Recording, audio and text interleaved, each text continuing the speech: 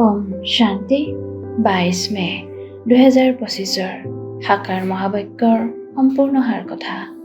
মৰমৰ সন্তানসকল, তোমালোকে এই দুচকুৰে যি দেখিবলৈ পোৱা সেয়া সকলো পুৰণি সৃষ্টিৰ সামগ্ৰী। সেয়া সমাপ্ত হৈ যাব। সেইবাবে এই দুখধামক বুদ্ধিৰে পাহৰি যোৱা। প্ৰশ্ন: মনুষ্যই পিতাৰ ওপৰত কোনটো দুখ চাপি দিছে, যিটো দুখ দৰাচলতে কাৰোৰে নহয়? উত্তৰ: ইমান ডাঙৰ যি বিনাশ হয়, মনুষ্যই ভাবে সেয়া ভগৱানেই কৰায়। দুখো তেওঁৱেই দিয়ে, সুখো তেওঁৱেই দিয়ে। এইটো বহুত ডাঙৰ দুখ চাপি দিছে। পিতাই কয়, সন্তানসকল, মই সদায় সুখদাতা, মই কাকো দুখ দিব নোৱাৰো। যদি মই বিনাশ কৰাও, তেন্তে গোটেই পাপ মোৰ ওপৰত আহি যাব।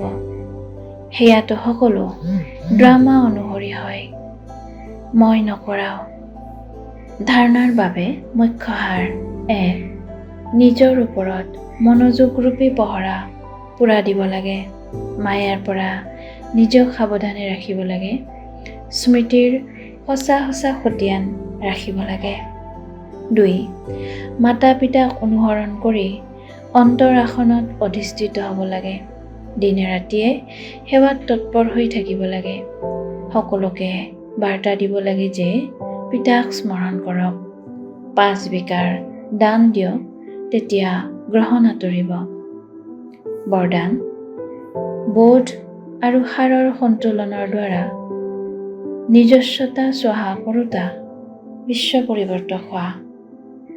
বিস্তাৰ: বোধ অৰ্থাৎ জ্ঞানৰ মূল কথাবোৰ বোধগম্য হোৱা, আৰু সাৰ অৰ্থাৎ সৰ্বশক্তি স্বৰূপ স্মৃতি আৰু সমৰ্থ স্বৰূপ।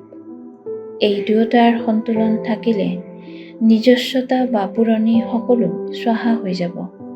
প্ৰতিটো ছেকেণ্ড, প্ৰতিটো সংকল্প, প্ৰতিষাৰ বাণী আৰু প্ৰতিটো কৰ্ম বিশ্ব পৰিৱৰ্তনৰ সেৱাৰ প্ৰতি স্বাহা হৈ গ'লে বিশ্বৰ পৰিৱৰ্তক স্বত হৈ যাবা।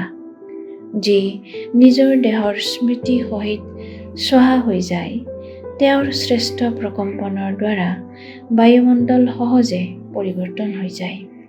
শ্লোগান: প্ৰাপ্তিসমূহ স্মৃতিলৈ আনা, তেতিয়া দুখ বা অশান্তিৰ কথাবোৰ পাহৰি যাবা। আত্মিক অভিজাত্য আৰু পবিত্ৰতাৰ ব্যক্তিত্ব ধাৰণ কৰিবলৈ আজিৰ অব্যক্ত সংকেত। শ্ৰেষ্ঠ কৰ্মৰ আধাৰ হৈছে পবিত্ৰতা, কিন্তু পবিত্ৰতা কেৱল ব্ৰহ্মচৰ্য নহয়, এয়াও শ্ৰেষ্ঠ।